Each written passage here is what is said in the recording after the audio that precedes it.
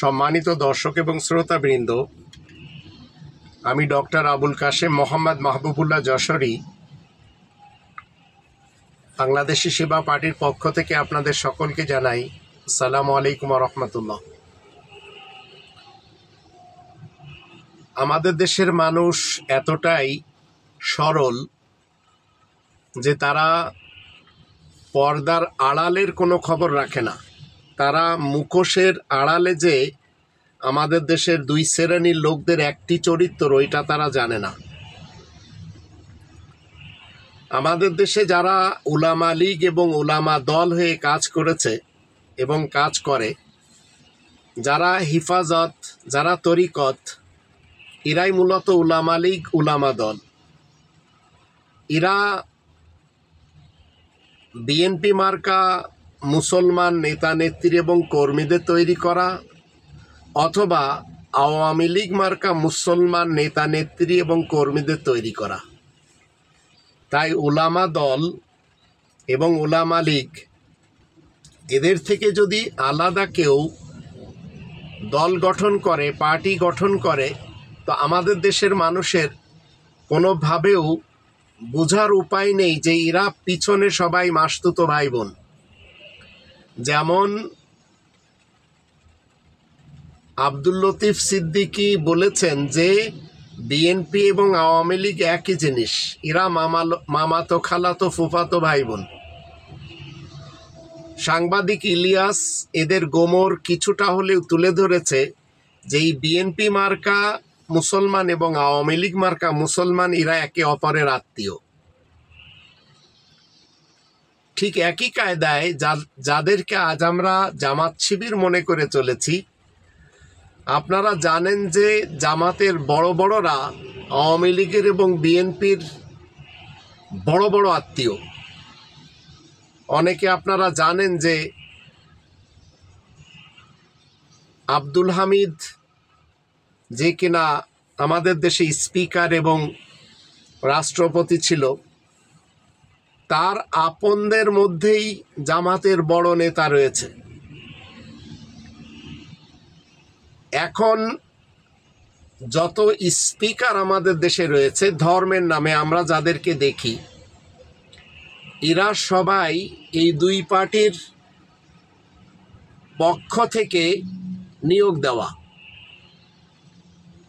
যারা আজ ধর্মের কথা বলে, এরা সবাই কোনো না কোনোভাবে বিএনপি মার্কা মুসলমান নেতাদের নেত্রীদের অধীনস্থ, অথবা আওয়ামী লীগ মার্কা মুসলমান নেতা কিংবা নেত্রীদের অধীনস্থ। ধরুন, যে বক্তার বাড়ি নড়াইল, যে বক্তার বাড়ি টুঙ্গিপাড়া, যে বক্তার বাড়ি ফরিদপুর, যে বক্তার বাড়ি গোপালগঞ্জ, এই বক্তাগুলি ইনিয়ে বিনিয়ে যা ধর্মের কথা আপনাদেরকে শোনাবে, এদের অধিকাংশদের সম্পর্ক হচ্ছে আওয়ামী লীগের সাথে। যে বক্তার বাড়ি বগুড়া, যে বক্তার বাড়ি রাজশাহী, যে বক্তার বাড়ি রংপুর, দিনাজপুর, পাবনা, কুড়িগ্রাম বা সৈয়দপুর, মনে রাখবেন ইনিয়ে বিনিয়ে যা কিছুই বলুক না কেন, এই বক্তা কোনো না কোনোভাবে বিএনপির সাথে সম্পর্ক।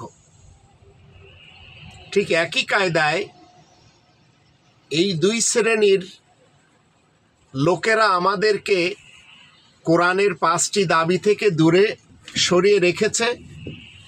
একদল এরা ধর্মকে ব্যবহার করে, আর একদল এরা ডেমোক্রেসিকে ব্যবহার করে। ধর্মের লোকগুলি কখনো তাওহিদ শব্দটি নিয়ে রাজনীতি করে, হিজবুত তাওহিদ, কখনো তাহরির নিয়ে রাজনীতি করে, হিজবুত তাহরির, কখনো ইসলাম নিয়ে, জামাতে ইসলাম, হেফাজতে ইসলাম, তরিকতে ইসলাম, জামাতে উলামা ইসলাম, ইসলামী শাসনতন্ত্র। তো আমাদের জনগণ বুঝতে চায় না যে এই দুই পার্টি মূলত একই জিনিস। আন্দালিব রহমান পার্থ মানেই হচ্ছে চোর পুত্র। সেও কিনা নবী প্রেম দেখায়, সেও কিনা ব্লাসফেমি নিয়ে আইন তৈরি করার পক্ষে কথা বলে, অথচ নিজের বাপ যে এত বড় চোর, যে চোরের টাকা দিয়ে সে ব্যারিস্টারি পড়ল, লন্ডনে তার লন্ডভণ্ড জীবন ছিল, এগুলি জাতি জেনে গেছে। মুখোশের আড়ালের চরিত্র সে মুজিব ফ্যামিলির সাথে সম্পর্ক। তো জিয়া ফ্যামিলি বলেন, মুজিব ফ্যামিলি বলেন, এরা দুই ফ্যামিলি মিলেই আমাদের 54 বছর পার করিয়ে দিয়েছে। এখন ডক্টর মোহাম্মদ ইউনূস স্যার কিছুটা হলেও করতে চেয়েছিলেন, যদিও পারবে না, কারণ তার চারিপাশে এই দুই ফ্যামিলির, যারা ভারতের চরের সাথে সম্পর্ক রাখে, ভারতের গোয়েন্দা সংস্থা রয়ের সাথে সম্পর্ক রাখে, এদের কারণে পারবে না। আর এরাই বাংলাদেশি সেবা পার্টির একমাত্র শত্রু, কারণ এদেশে ইসলাম কখনো প্রতিষ্ঠিত হলে রাষ্ট্রীয়ভাবে বাংলাদেশি সেবা পার্টি ছাড়া গতি নেই। আর এরা রব্বানি প্ল্যান মতে বাংলাদেশি সেবা পার্টির রাষ্ট্রীয় ব্যবস্থা, কনস্টিটিউশন তৈরি করে অলরেডি 2025 সালে ডক্টর মোহাম্মদ ইউনূস স্যারের হাতে পৌঁছে দিয়েছে। ইনি যদি এটি প্রতিষ্ঠিত না করেন, তো এই বাংলাদেশ অতীতে যেমন 17 বার তাদের কনস্টিটিউশন পরিবর্তন হয়েছে, আগামী কিয়ামত পর্যন্ত এখানে শান্তি আসবে না। কারণ শান্তি যারা প্রদান করতে চায় তাদের কনস্টিটিউশন হচ্ছে রব্বানি প্ল্যান, আর এটি বাংলাদেশি সেবা পার্টির একমাত্র এদের কাছে রয়েছে, আর কারোর কাছে নেই। এখন আপনাদের এই কনস্টিটিউশন পড়ার জন্য যেতে হবে ফ্রিতে ডাউনলোড করার জন্য quranrt.org এই অ্যাপসে যেয়ে আপনারা ডাউনলোড করে নিয়ে পড়তে পারেন এবং বাংলাদেশি সেবা পার্টির রাষ্ট্রীয় ব্যবস্থা, রাষ্ট্রীয় পরিচালনার কনস্টিটিউশন জেনে নিতে পারবেন। আল্লাহ আমাদের সেই তৌফিক দান করুন। ভারত আমাদের নিকটতম প্রতিবেশী, আমরা আমাদের প্রতিবেশীকে অহেতুক কষ্ট দিতে চাই না। এডিটর সাহেব জাউরা সিল মেরে দেন, আরেকবার মারেন, 3 বার মারেন, শুয়ারের বাচ্চা, তোর পাছার মধ্যে সিল মেরে দেবো আমি, হারামজাদা। অমুসলিম বেদিনকে আপনি বাড়িতে দাওয়াত করে খাওয়াইতে পারবেন, কিন্তু ইফতারে বসাইতে পারবেন না। কারণ ইফতার আর অন্ন ভোজন এক জিনিস নয়। কোন অমুসলিম যদি অভাবী হয়, অমুসলিম অসুস্থতারে স্বাস্থ্য সেবা দিতে পারবেন, কিন্তু আপনি আপনার ইফতারে কোনদিন অমুসলিমকে বসাতে পারবেন না। কারণ ইফতারটা নিছক ভোজন রসিকতা নয়, এটা হচ্ছে নিছক ইবাদত। কর্মচারী 3 জন মুসলমান 2 জন হিন্দু রমজান মাসে একসাথে ইফতার করতে পারবে কিনা? অবশ্যই পারবে। আর সেটা তাদেরকে অফার করতে পারেন, তাদের সাথে শেয়ার করতে পারেন, কোনো অসুবিধা নেই। একসাথে ইফতারও খেতে পারেন, কোনো সমস্যা নেই। মুহাম্মদ সাল্লাল্লাহু আলাইহি ওয়াসাল্লাম তিনি 1500 বছর আগে সাক্ষ্য দিয়েছেন আল্লাহ এক। তিনি আমার আল্লাহর কথা কানেও শুনেছেন, আমার আল্লাহকে চোখেও দেখেছে। মহানবী সাল্লাল্লাহু আলাইহি ওয়াসাল্লামের মেরাজে কি আল্লাহ তাআলাকে দেখেছিলেন? আল্লাহ সুবহানাহু ওয়া তাআলাকে তিনি দেখেছিলেন কিনা, এই নিয়ে সাহাবীদের মধ্যেই মতপার্থক্য রয়েছে। বিশুদ্ধ মত হলো তিনি আল্লাহ সুবহানাহু ওয়া তাআলাকে সরাসরি চর্মচক্ষু দিয়ে দেখেননি, তিনি জিবরিলকে দেখেছেন এবং আল্লাহর সাথে তার কথোপকথন হয়েছে। প্রধান উপদেষ্টা ডক্টর ইউনূস বলেছেন তিনি এই জাতিকে সম্পূর্ণ ভিন্নভাবে তৈরি করে দিয়ে যাবেন, অথচ বাস্তবে এই দেশে মরা মানুষের লাশের পর্যন্ত নিরাপত্তা নাই। আপনিও বলেছেন আপনার কথা শুনলে নাকি দেশ বদলে যাবে। আপনিও যে ডক্টর মোহাম্মদ ইউনূসের মতো ব্যর্থ হবেন না তার গ্যারান্টি কি? ডক্টর ইউনূস সাহেব উনি ওনার একটা থিওরি, উনি সারা জীবন মার্কেটিং করেছেন বা প্রচার করেছেন, সেই ভিত্তিতে উনি বলছেন না। আমি যে কথাটা বলছি আমারটা কিন্তু সেটা নয়। আমি বলছি আল্লাহর দেওয়া তৌহিদ ভিত্তিক রাষ্ট্র ব্যবস্থা, এবং এটা প্রমাণিত হয়েছে। আজ থেকে 1500 বছর আগে আরবে জাহিলি সমাজে তৌহিদ ভিত্তিক রাষ্ট্র প্রতিষ্ঠা হওয়ার পর মানুষের জীবনে শান্তি, ন্যায় বিচার, সুবিচার প্রতিষ্ঠা হয়েছে, নারীদের অধিকার প্রতিষ্ঠা হয়েছে। কাজেই আমাদের বক্তব্য হচ্ছে আল্লাহর দেওয়া তৌহিদ ভিত্তিক রাষ্ট্র ব্যবস্থা প্রতিষ্ঠা হলে শান্তি, ন্যায় বিচার, সুবিচার প্রতিষ্ঠা হবে, এতে কোনো ভুল নাই। এই গ্যারান্টি আল্লাহ দিয়েছেন। আল্লাহর দিন প্রতিষ্ঠার ফল হচ্ছে সুখ, শান্তি, ন্যায় বিচার। তো ইউনূস সাহেব তিনি হয়তো উনার উদ্ভাবিত, উনার চিন্তা ভাবনা থেকে যে থিওরি 3-0 থিওরি আছে একটা, উনার অর্থনৈতিক থিওরি, এবং উনি যেই সংস্কার প্রস্তাব দিচ্ছেন এবং সেই সংস্কার প্রস্তাবনা গ্রহণ করছেন, সেটা হলো বিদ্যমান ব্যবস্থাকে টিকিয়ে রেখে তার কিছু রদবদল করে, এদিক সেদিক প্লাস মাইনাস করে, কাটাছেঁড়া করে একটা ব্যবস্থা দাঁড় করানো। কিন্তু আমরা বলেছি না, বর্তমান বিদ্যমান এই ব্যবস্থা সম্পূর্ণ পরিবর্তন করতে হবে। সম্পূর্ণ পরিবর্তন না করলে শান্তি আসবে না। ইউনূস সাহেব কি বলছেন সেটা আমার কাছে মুখ্য নয়, কিন্তু আমি যেটা বলছি সেটার গ্যারান্টেড, সেটা গ্যারান্টি আছে ইনশাআল্লাহ। আল্লাহ দেওয়া সত্য দিন, দিনুল হক প্রতিষ্ঠা হলে শান্তি, ন্যায় বিচার, সুবিচার প্রতিষ্ঠা হবে, 100% গ্যারান্টেড। চিত্রনায়ক ইলিয়াস কাঞ্চন নেতৃত্বাধীন নতুন রাজনৈতিক দল জনতা পার্টি বাংলাদেশকে অর্থায়ন করেন বিদেশি গোয়েন্দা সংস্থার এজেন্ট দাবি করা এনায়েত করিম চৌধুরী। দল গঠনে তার ভূমিকা ছিল, এর জন্য তিনি নিয়মিত অর্থ যোগান দিতেন। এনায়েত করিম চৌধুরীকে গোয়েন্দা পুলিশের জিজ্ঞাসাবাদে উঠে আসে এসব তথ্য। এই যে কাপড়ের বাটির মতো একখান টুপি আমরা মাথায় দিই, এই টুপিকে রাসূলুল্লাহ কোনোদিন মাথায় দিয়েছেন কেউ দেখাইতে পারবেন? কোথা থেকে আসছে টুপি? হাদিস বেত্তারা বর্ণনা করেছেন ওনার মাথায় একটা হেলমেট ছিল, লোহার হেলমেট। যুদ্ধের ময়দানে সাহাবীরা দেখতো, হেলমেট তো আর নাই, সুন্নত আদায় করার জন্য কাপড়ের বাটি বানাইলিস একটা।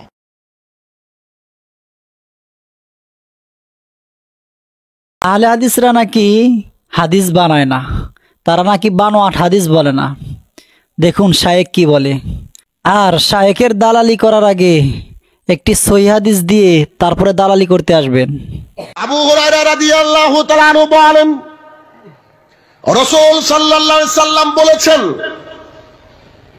কোন ব্যক্তি যদি পান বিড়ি, জর্দা, গুল, সিগারেট খায়, এমত অবস্থায় মারা গেলে জাহান্নাম, এখন থেকে 40 দিন তার নামাজ কবুল হবে। শায়েক যে হাদিসটা বলল, এই হাদিস কিতাবের কোন জায়গায় আছে, কত নাম্বার হাদিস? আমি আহলে হাদিস ভাই মুরিদদের কাছে জানতে চাই যে হাদিসটা কোথায় আছে, একটুকুনি সনদ সহকারে কমেন্ট বক্সে এসে দিবেন। শায়েক যেভাবে হাদিস বলেছে ঠিক সেইভাবেই সেই শব্দগুলো ব্যবহৃত হাদিস থাকা লাগবে।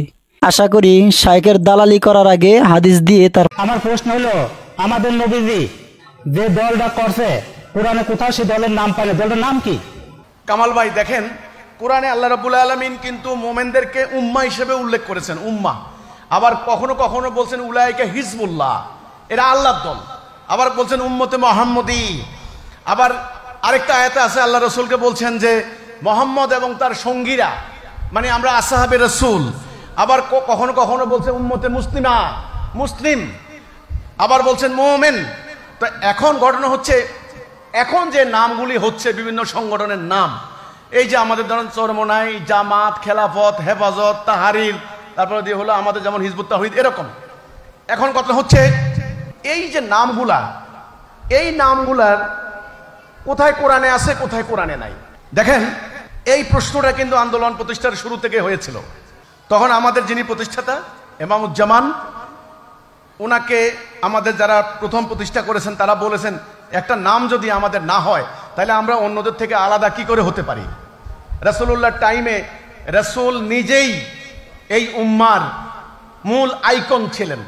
এই জন্য তাওহীদের মধ্যে আছে লা ইলাহা ইল্লাল্লাহ মুহাম্মাদুর রাসূলুল্লাহ, লা ইলাহা ইল্লাল্লাহ মুহাম্মাদুর রাসূলুল্লাহ। এই মুহাম্মদুর রাসূলুল্লাহই হচ্ছে ওখানের পরিচয়ের মেইন, আর নতুন দরকার নাই। আর এখন কি আমরা কলেমার সঙ্গে অন্য কোনো কারোর নাম যুক্ত করতে পারি? এটা সম্ভব নয়। এই জন্য অন্যদের থেকে আলাদা করার জন্য আমরা তখন হিজবুত তাওহীদ, তাওহীদের উপরে ঐক্যবদ্ধ করার দল, এটা তখন আমরা নাম দিয়েছি। এখন আপনি যদি বলেন হিজবুত তাওহীদ, এর নামটা কোরআনে আছে কিনা? ঠিক হুবহু এই নামটা কোরআনে নাই, হিজবুত তাওহীদ নাই। বলছেন উলাইকা হিজবুল্লাহ, তারাই হচ্ছে আল্লাহর দল। কারা? তারা মুমিনরা। আবার তাওহীদ সম্পর্কে ওয়াহদানিয়াত নিয়ে আছে, কুল হুয়াল্লাহু আহাদ, তিনি আল্লাহ যিনি এক অদ্বিতীয়।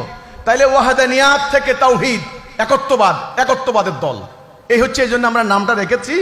অর্থাৎ রাসূলুল্লাহ টাইমে রাসূল নিজেই ছিলেন উম্মতে মুসলিমার মূল পরিচয়, আইকন। নতুন নামের প্রয়োজন নাই। কিন্তু এখন কলেমার সঙ্গে এই ধরনের নাম যুক্ত করার কোনো প্রভিশন নাই। কলেমা একটাই, লা ইলাহা ইল্লাল্লাহ মুহাম্মাদুর রাসূলুল্লাহ। কিন্তু এখন আপনি এই হাজার হাজার নামের ভিড়ে আপনি যে সত্যিকারের ইমানদার বা ইমান আনবেন, এটার আপনার একটা পরিচিতি লাগবে, না হলে আপনি কি নাম রাখবেন? এই জন্য আমরা হিজবুত তাওহীদ এই নামটা রেখেছি। আমি কিন্তু আল্লাহর বন্ধু কইতে আছি, শিশুকালে আল্লাহরে বন্ধু বানাইতেছি, এই জন্য সারা পৃথিবী আমার কাছে কিচ্ছু না। কুড়িগ্রামে একটা ওয়াজ মাহফিলে 2 ঘন্টা ওয়াজ করেছে আমাদের বিরুদ্ধে, আর এখানে ঢাকায় এরা খুনাখুনি করে। কুড়িগ্রামে যে মোল্লা ওয়াজ করেছে শুনলাম, ওটা হলো চরমোনাই পীরের মুরিদ। তার ছবি দেখেন, মোহতারাম মাগদাদিল্লুহুল আলী দামাতুহুম বারাকাত হযরতুল আল্লামা শায়েখ, হ্যাঁ, আন্তর্জাতিক খ্যাতি সম্পন্ন। শুনেন না এদের ব্যাপারে? রাহিমাহুল্লাহ। এদের ব্যাপারে কোনো টাইটেলের শেষ নাই। কি কথা বললে জনগণের মাথা মস্তক শ্রদ্ধায় অবনত হয়ে যাবে, তাদের সামনে আঙ্গুল তুলবে না। কিন্তু আজকে আঙ্গুল তোলার জন্য আল্লাহর পক্ষ থেকে সত্য নাযিল হয়েছে। এত সোজা মনে করে ওরা, এটা আল্লাহর দেওয়া পথ, আল্লাহর দেওয়া হিজবুত তাওহীদ। আমি সাধারণ মানুষ, আমি কোথায় পাইলাম এই মহাসত্য? যিনি এই মহাসত্য আমাকে দিয়ে গেছেন তিনি বলেছেন, মনে রাখবা সংগ্রাম বন্ধ হবে না, তোমার কোনো ক্ষতি কেউ করতে পারবে না।